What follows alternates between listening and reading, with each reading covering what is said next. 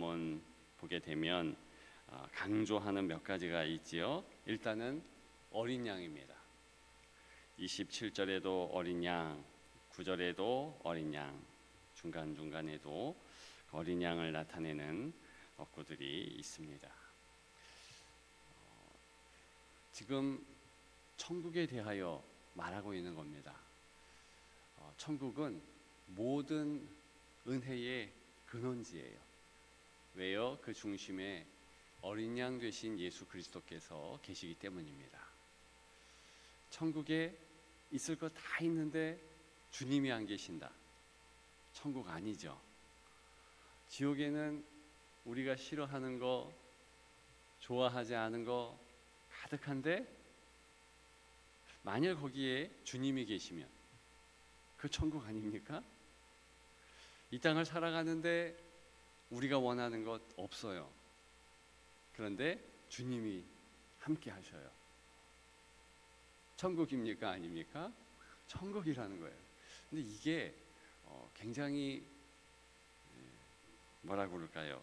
우리에게는 실제적인 문제라는 겁니다.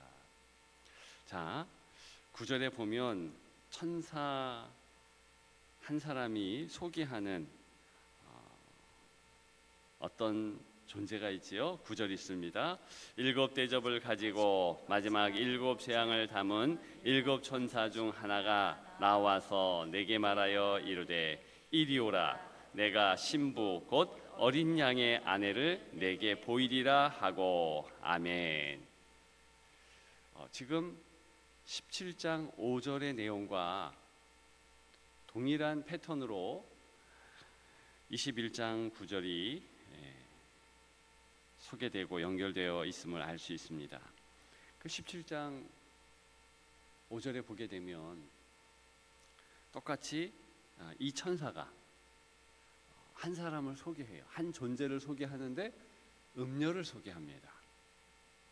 큰 성 바벨론, 음녀. 그럼 대조적으로 여기 9절에는 신부 곧 어린 양의 아내를 소개하고 있다는 것을 알 수 있습니다. 그러면 음녀와 어린 양의 신부는 대척점에 있어요. 큰 성 바벨론의 특징은 뭡니까? 땅을 목적하고 땅이 비전인 거예요. 땅의 대표는 뭡니까? 돈이죠. 맘모니즘이죠. 물질입니다. 그런데 반대로 이 어린 양의 신부는 누구를 목적 삼고 누구를 비전 삼습니까? 누구라고 하니까 벌써 다 힌트가 있네요. 어린 양. 그래서 어린 양의 신부예요. 주님의 모습 요한계시록에 2가지로 나오고 있습니다. 대표적인 모습인데 여러 모습 가운데 2가지. 하나는 어린 양이에요. 그런데 또 다른 모습이 있습니다. 유다의 사자. 유다의 사자는 말 그대로 전능, 이김, 승리, 그렇게 연결돼요. 그러니까 어린 양이신 예수 그리스도를 사모하는 이들, 한마디로 얘기하면 이 어린 양의 신부는요, 하늘을 사모해요. 하늘, 하나님 나라. 땅과 하늘의 대비는 뭡니까? 땅의 사람들은 정말 물질 좋아해요. 성도들도 하늘을 소망하지만 물질의 영향을 받습니다. 물질을 부정할 이유는 없어요. 그렇잖아요. 물질 중요하죠. 안 중요합니까? 되게 중요해요. 그죠? 돈 없으면 힘든 게 있어요. 불편한 게 있고요. 어렵단 말이죠. 근데 물질이 모든 것을 좌지우지하지는 않습니다. 하나님 앞에 물질 달라고 당연히 기도하죠. 그런데 안 주실 때는 그래, 이렇게 그냥 살아가라고 하시나 보다, 그냥 사는 거예요.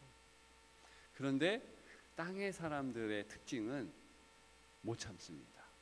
오죽했으면 금융치료라는 말까지 있겠습니까? 우리 젊은이들이요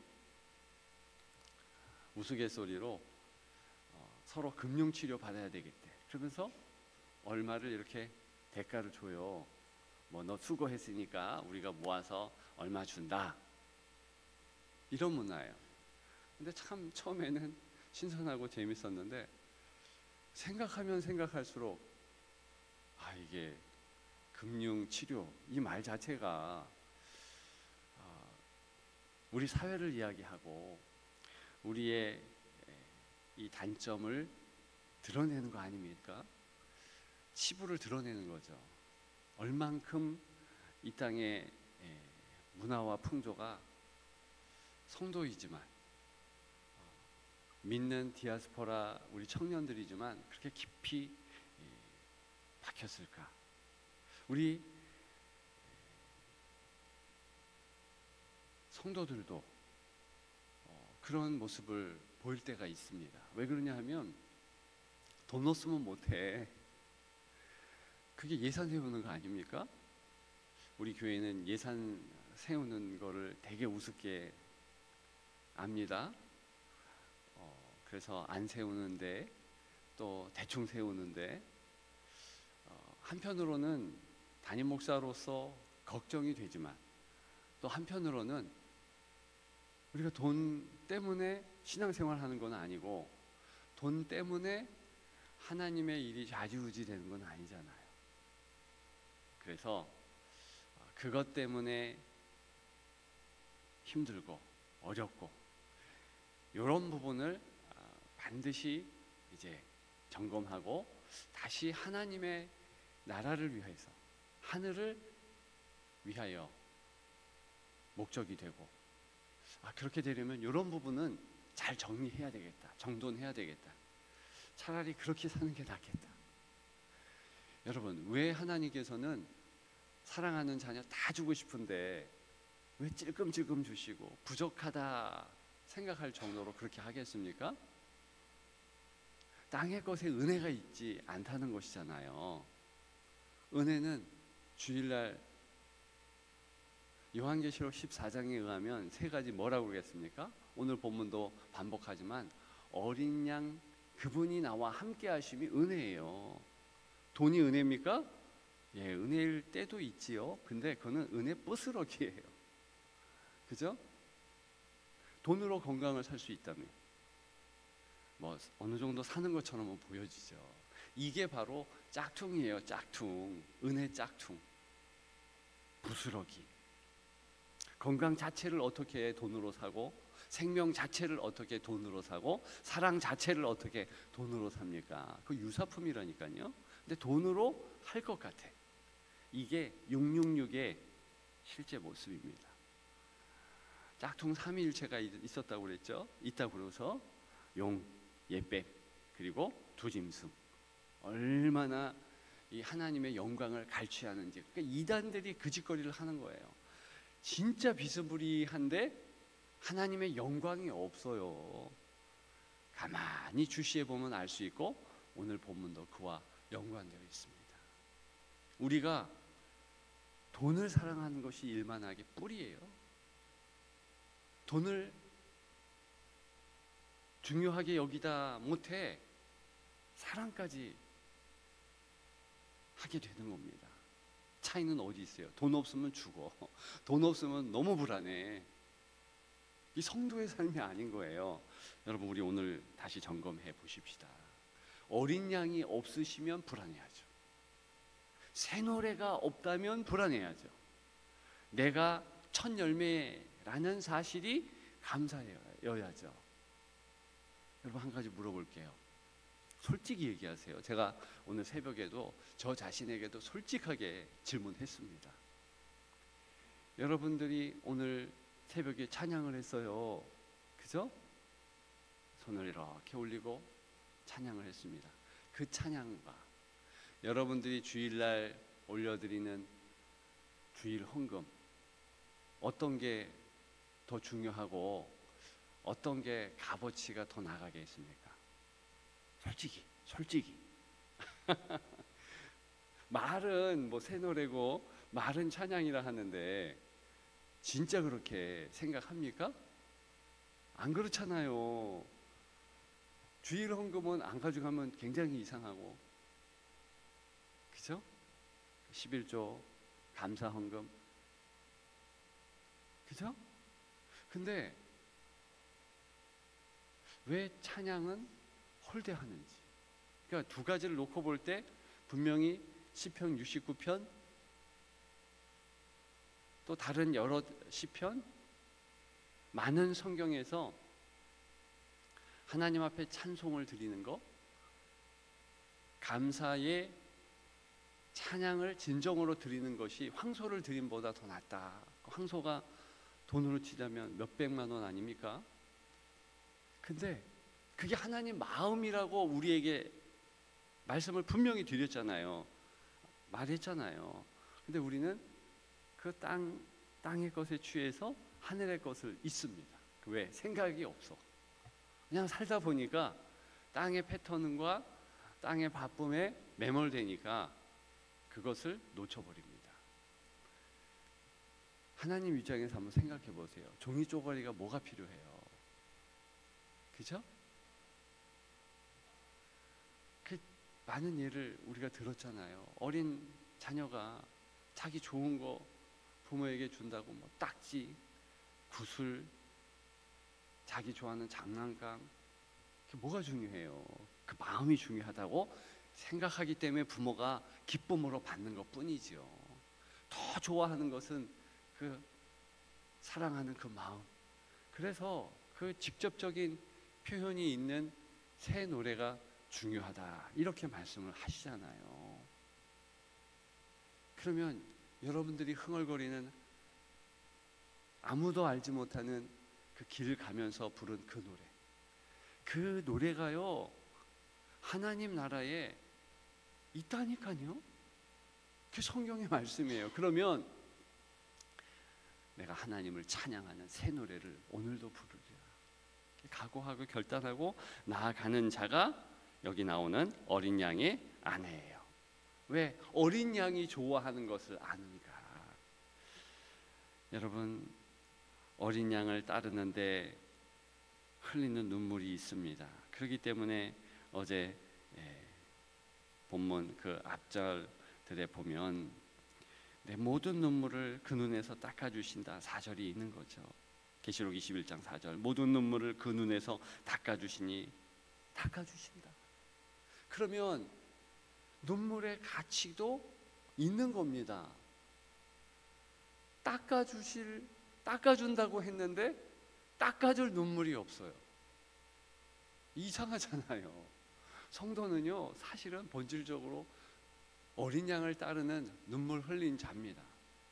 이기는 자, 그 특징은 뭐냐면 이기려고 했었는데 그 이김의 본질은 뭐냐? 어린 양이 앞서 가시는 거예요. 근데 어린 양은 좋은 곳만 가시지 않고 저 사망 골짝 빈들에도 가시는 거예요. 악월 골짝 빈들에도 가는 거예요. 324장. 어떻게 어린 양이라고 말씀하시는 주님이 왕궁에만 있겠습니까? 그러면 처음부터 왕궁에서 시작하시지 왜 마국간에 가셔요? 애굽까지 왜 피난을 가시냐고요? 그게 어린 양의 길이니까. 그 길을 따라가면서 성도는 보석 진주가 되는 거 아닙니까? 여기 나오는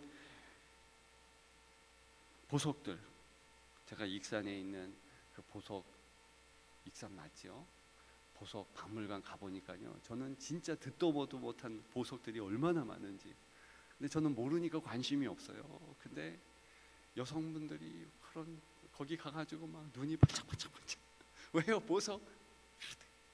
저는 금만 봐도 좋은 거구나. 야, 색깔이 다르네. 그래서 기분이 좋아지긴 하더라고요. 그런데 천국에는요, 이 보석이요 길에 깔렸어. 그죠? 막 성곽이 벽 오고, 그 다음에 뭐야 이게 옥수, 뭐 녹보석, 홍마녀. 제가 노종 사도 요한은 그래도 대단하다. 어떻게 이걸 다 아냐? 그런 생각이 들었습니다. 몰라도 괜찮아요. 이 종류가 어떤 것인지 몰라도 괜찮습니다. 그걸 또 꼼꼼하게 따지면 좋지만 본질적인 것은 아니에요. 네가 생각하는 모든 귀한 거, 내가 거룩한 성 새 예루살렘에 다 준비했어. 그 얘기는 뭐예요? 네가 진짜 원하는 거를 내가 알아. 내가 다 준비하거든. 너 그거 걱정할 필요 없어. 그냥 나를 따르면 돼. 그리고요, 이 새 하늘과 새 땅, 새 예루살렘이 하늘에서 내려온대요. 이게 무슨 뜻인지 아십니까? 스펄전 목사님은 이게 서프라이징 프레젠트, 그래서 깜짝 선물이래요. 깜짝 선물. 우리 알잖아요. 나도 기대를 안 했는데 누군가 선물을 주면 너무 놀라요. 제가 지난 여전도회에서 선물을 주는데요, 내용은 얘기 안 할게요. 너무 깜짝 놀랐어요. 그게 뭐 비싸고 뭐고 해서가 아니라 정성이 들어있잖아요. 정성이 너무 깜짝 놀라고, 그런 선물들, 그게 주님이 마지막 날에 우리에게 주실 선물이에요. 그죠? 그러니까 너무 그걸 갖다가 막 따지지 마요. 정말 좋은 것이다. 내가 기대해야지. 그래서 스펄전은 기대하는 마음으로 생각한다. 이것이 이 새하늘과 새 땅, 오늘 성 예루살렘의 특징이에요. 우리 기대하십시다. 기대감이 없는 것은 이 신부의 자격이 없는 거예요. 결혼 날짜 받았으면 그날 기대해야죠. 그리고 깜짝 선물이 있대는데, 도저히 상상할 수 없는 엄청난 것이 주어진다는데, 저는 그래서 어느 정도는 앞서간 성도들이 부럽습니다. 나이가 드셨건 안 드셨건 그 부러워야 되는 거예요, 성도는. 그리고 솔직히 얘기하면 하나님 나라가 성도들은요 절대로 이 땅을 다시 오고 싶어 하는 마음이 손톱만큼도 없습니다. 손톱의 때만큼도 없어요. 그러니까 먼저 고생하시면서 앞서갔다, 일찍 가셨다, 전혀 그런 생각 가질 필요가 없어요. 너무 다르기 때문에. 이전 것은 지나갔으니 보라 새 것이 되었도다. 놀라운 은혜가 있는 겁니다. 그렇기 때문에 보세요. 21절부터 27절까지 다 읽어보면 집중하는 것은, 우리가 생각해야 할 것은 어린 양이고 신부라는 것을 알 수 있습니다. 우리 그렇게 기억하시면서 땅의 것 흠모하지 말고 다 없어질 것이다, 사라질 것이다. 그래서 우습게 여기십시다. 중요한 것 알지요. 없으면 불편한 것도 알고 귀하다는 것도 알지요.